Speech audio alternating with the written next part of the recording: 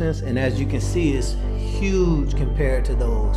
And that's a 1.5. Everything is like million% upgraded.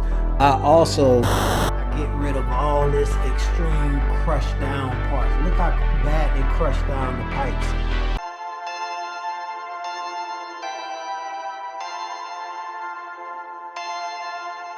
Perfect.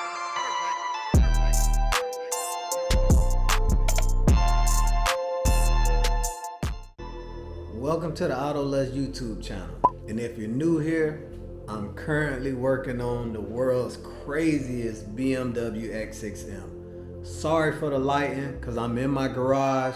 The garage isn't too big. I just bought one of these crazy ass LED contraptions or whatever, you know, so to me it looks like a hospital in here, but to you guys it's probably very shadowy, so I'm gonna turn on some more light here. Yeah, so I'm currently working on the world's craziest SUV. I mean, this is the second update.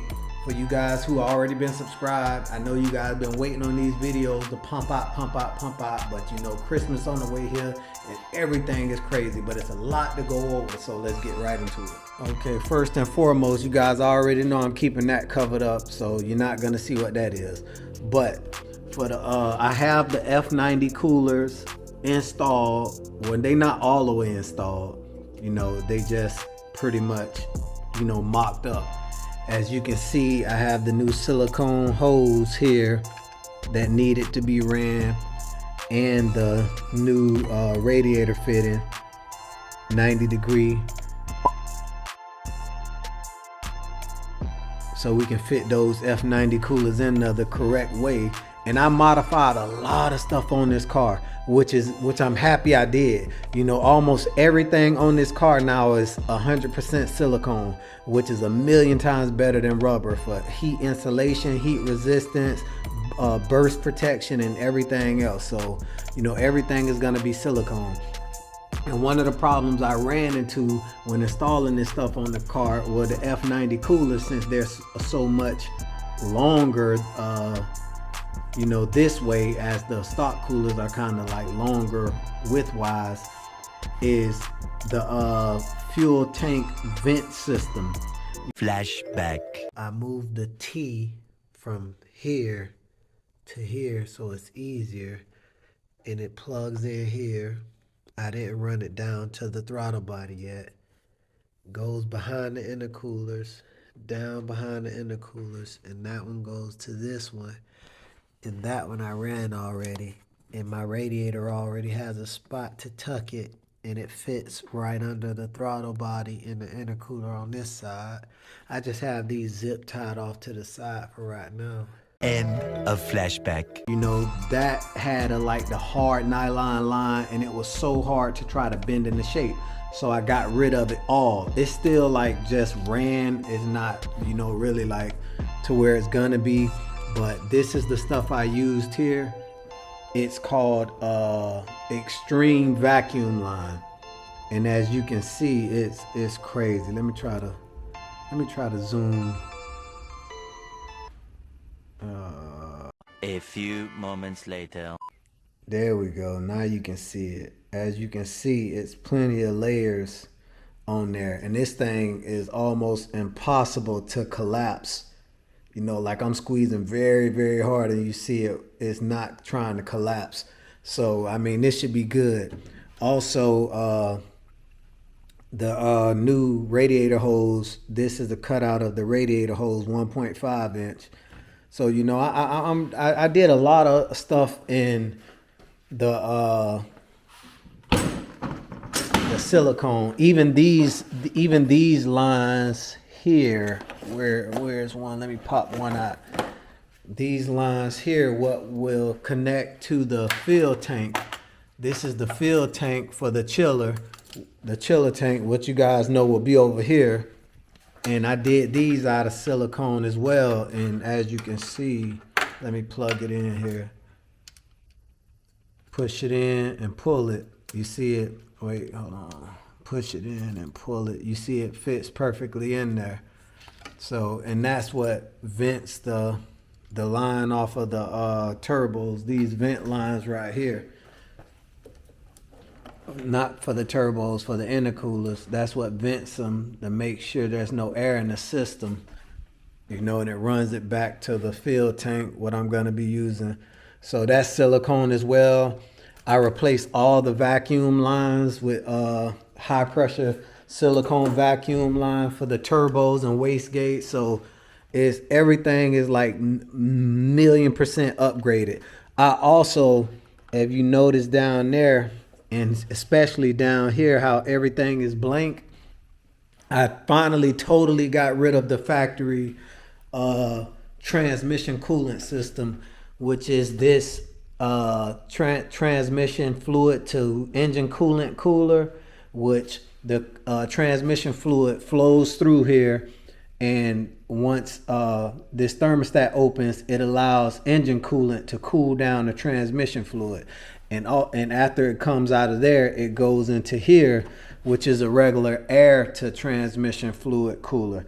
So I mean, it had a dual system to cool the transmission, but nothing like what I have now, which is, let me let you guys see it, that big boy right there. If you can see that big boy Durelli race cooler. So it was nothing like that.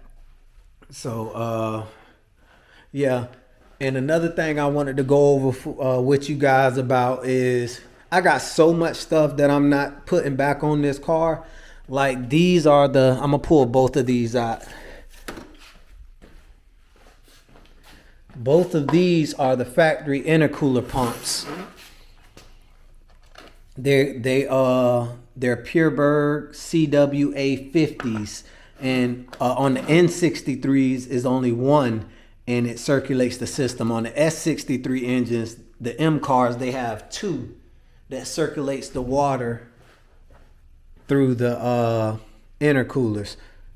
But if you don't know, I have an inner chiller, which I also have unhooked because I'm going to be running new lines and stuff to it. But I'm going to put a video up right here which shows you where those intercoolers, where those water pumps used to be.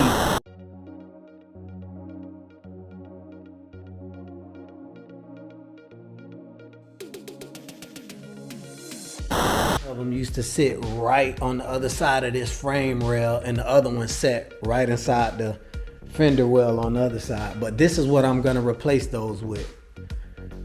This is a Pureberg CWA 400 that I cut the brackets off so I can have it cylindrical as possible for more mounting options. And as you can see, it's huge compared to those.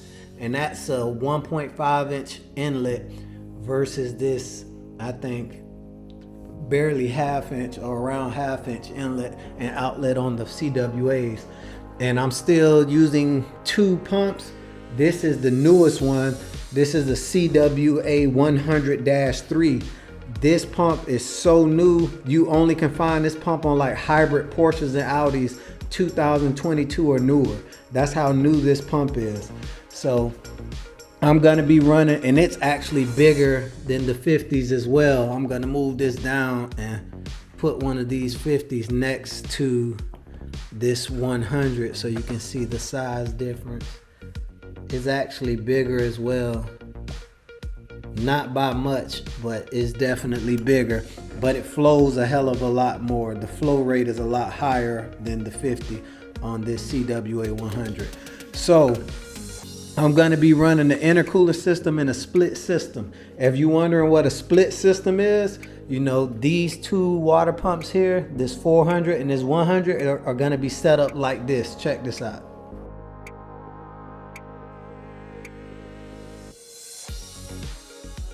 And what that will allow me to do is keep this little 100 keeping fluid constantly ran between the tank and the inner chiller, while the 400 will be used as brute force to push all that cold fluid directly up and through the intercoolers to cool down that air charge. And this 400 with this, the 100 will be on a on switch. Soon as you turn power on to the car, this 100 will start, you know, pumping fluid through the inner chiller in the tank. And this pump will be on a low setting on a temperature controlled switch. We have a custom controller that we're using to control this pump, and it's going to be temperature controlled. So when it's time to race, you know, you can put it on full blast mode, and when it's not time to race, you can put it on the mode where, you know, it keeps the IATs around like, you know, 60, 70 degrees, which is extremely good for Florida. So like, I mean, even in regular mode, I'll be able to smash most of the things on the highway. So yeah, and I plan on mounting the big pump and the little pump. Either I'm gonna go where the factory pump went on the passenger, on the driver's side here, like anything behind this duct here, like from here back in this area, the fender well will cover, you know. So I'm thinking about mounting one there, maybe the big one or the small one, and I'm gonna mount one directly under this cooler here. I'm thinking about mounting the smaller one under this cooler, since it will just, its job is to just flow coolant through this cooler and back to the fender mounted tank, which is going to take the spot of the old washer fluid tank. So yeah, guys, it's a lot going on. You know, I'm sorry this is taking so long, but most of this stuff that I'm doing, especially what I'm hiding under that piece of shop rag, it's a world's first. You know, it's actually 2 world's first for any modern BMW in the world, and it's so crazy when you see it. It's gonna make your mind, you know. So I mean, it's just so much going on, but I definitely need to get rid of a lot of stuff that I've taken off the engine. And a lot of you guys have been asking me what is for sale, what I'm selling. So I'm gonna go over exactly everything I'm getting rid of now. And you can hit me up on IG, DM me if you wanna know what's going on with it and how you can get it. But let's do that. So first and foremost, both of these CWA pumps will be, let me put these back on the shelf here, because a lot of stuff down there on the bottom of that shelf is also gonna be for sale. So first and foremost, hold on, sorry. First and foremost, these CWA 50s are for sale, and these flow anywhere from 25 to 30 gallons. I forgot, I'm gonna put the information right here up in the corner. But these are what all the M cars come with.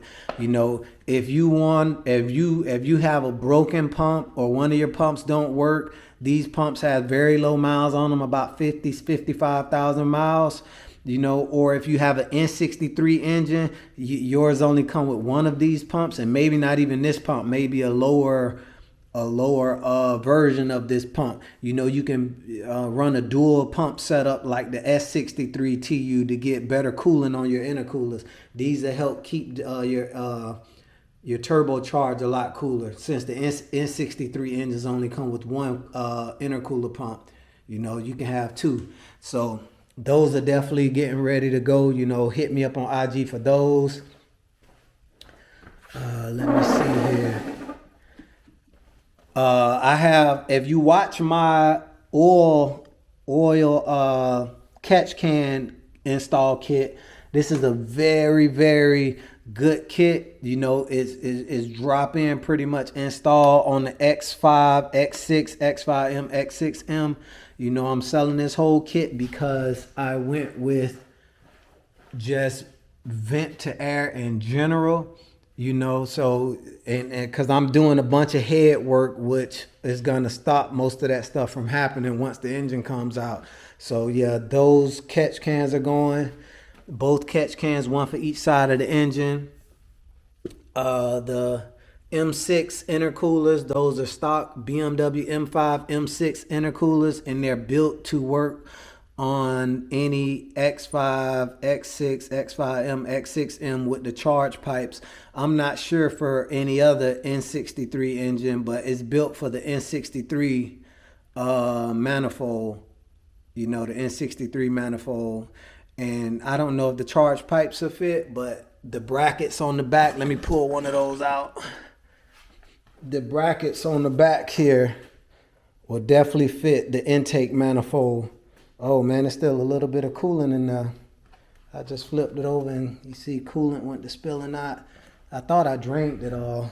I finished draining it and take the fluid to the dump. I got a bucket with the little fluid that I'm draining. Also, I have my old cooler. And this cooler here is a very good cooler. It's called the Duraley Hypercool Dual. I use this thing maybe for 1,000 miles. It's brand new. This cooler is about $300 brand new. I probably sell it for around half of that, you know, and it pulls 630 CFM through these dual. The fans are like ultra weatherproof. They're, you know, not weather resistant, they're weatherproof. But I put some information up about this right here. Yeah, and this is definitely for sale. This would be a good option for you M6, M5 guys with that was looking at the SSP transmission cooler. This is a hell of a lot more stouter than the SSP transmission cooler. This is like double or triple, you know, cooling capacity, you know, for not even a quarter of the price. So, you know, if you guys want, you know, somebody looking for that, you know, you can definitely use it. Or you can use it for any BMW or any car that's universal, you know, and it's a remote mounted cooler. So it's meant to be mounted away from the front of the engine, you know, away from the front of the car. It has its own fans, temperature control. You can mount it anywhere under the body, long as you got about 1 inch to a quarter of an inch to half an inch space. You can drop it down so it can suck air in. Yeah, but yeah, hit me up for that too. And yeah, also I have a for you guys that's been looking for a BMW code reader that reads real BMW codes. You know, this is my old scanner. You know, I think I paid like almost $200 for it. This is a real BMW code scanner with the OBD2 thing and update port and stuff like this. This will read real BMW and mini codes. You know, so if you guys looking for this, you know, I got that for sale for the low since I don't use it anymore, and it's still in literally brand new condition. Let me pop this out. You know, I'd rather one of you guys use it than just have it sitting on the shelf. As you can see, it's not a scratch on it. And that thing reads real BMW codes, reset the lights, register the battery, reset the oil, ABS. It does everything, you know, without having to spend $1,500 on the Autel.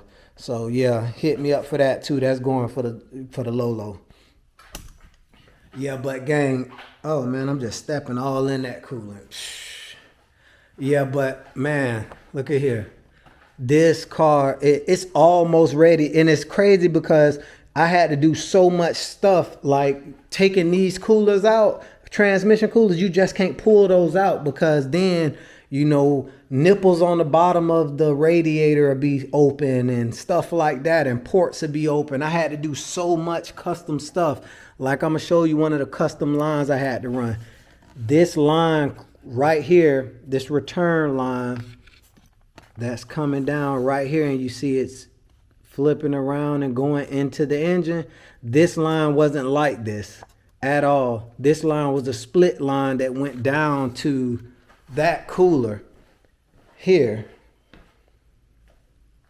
you know, the transmission fluid to engine coolant cooler. So I had to get custom fittings and stuff to flip that around, to delete that also, and get a custom block off fitting for the bottom of the radiator that fed this cooler, or it would have just drained out soon as I put it in.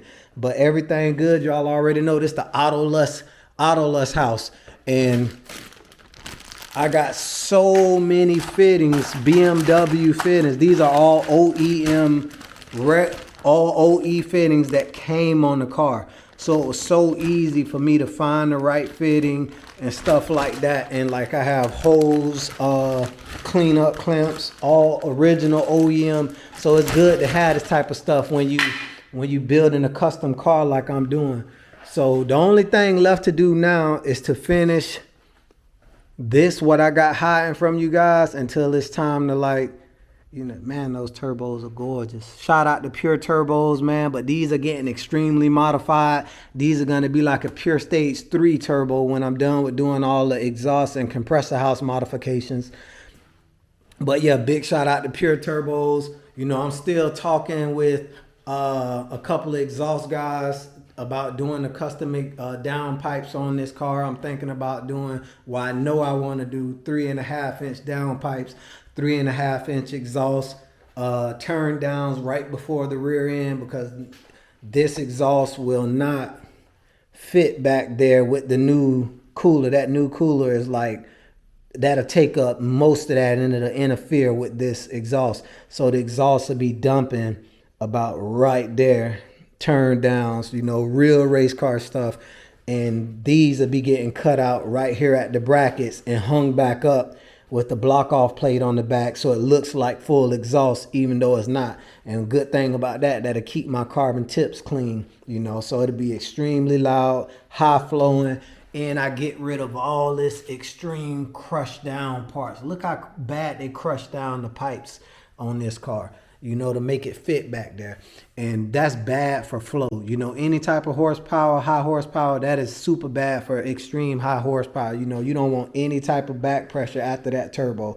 You want everything as free flow as possible for turbo spool and anti-lag. So yeah, that's just one of, you know, I just wanted to give you guys a big update on how things are going, you know, what's going on. I'm sure some things that I may have missed or forgot about, but if I did, let me flip this light around so you guys can see me. If I did forget about those things, you know, I'll put it in the next video. You know, it's just things are extremely slow.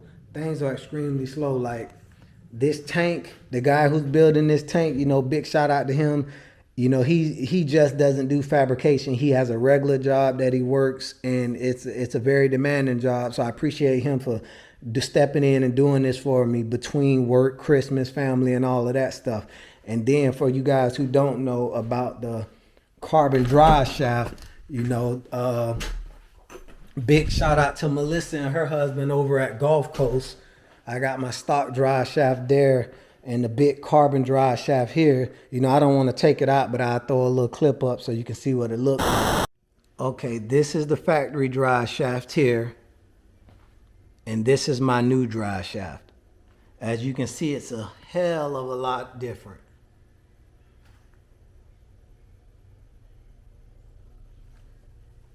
And you know, my forged engine parts, I forge I-beam, chromatic head gaskets and all that crap up under there, you know. So I'm just waiting on some stuff, you know, like I think like they fell ill lately, you know, recently, you know.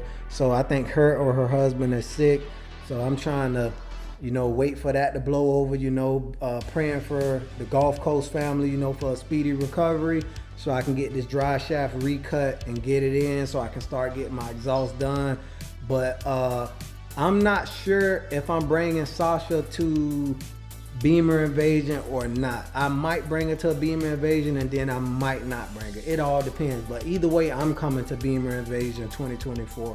But I really don't want to bring her out there if she's not done, because the engine won't be getting pulled and built until after the invasion. So most of the mods will be done, but she'll have the original forged parts that she has now. So I could still turn up and probably make 1,000 wheel horsepower, but that's not what I want to do. That'll just be a waste of money, because I'm gonna have to get it retuned once I put the new parts in and stuff like that, and do everything the correct way, because the new parts handle a hell of a lot more torque than the forged the forged H-beam rods I have in there now. So I mean, it's just a waiting game, you know. Whoever said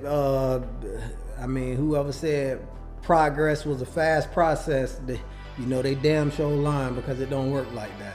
So anyways, yeah, I really appreciate it, man. And if anybody looking for any of those parts that I have, I'm sure I got more parts that I'm just not thinking about. But like, share, and subscribe. This beast is on her way. She's getting built. You know, I'm doing it in the garage on jack stands. So in alone, so it's not easy. You know, once I get back to the shop over at big shout out to Boosted BIMMERS, Big Omar. Once I get back to Boosted BIMMERS, once my part is done, you know, things will move a lot faster because we got lifts. You know, Omar's the wizard with BMW engines, so he gonna get everything tore down. We're gonna take it out, get it professionally computer balanced and stuff like that, so the parts match the crank and stuff like that. And you know, everything got to be done the correct way. So like, share, subscribe, hit me up on IG, you know, follow me on IG, and Auto List out.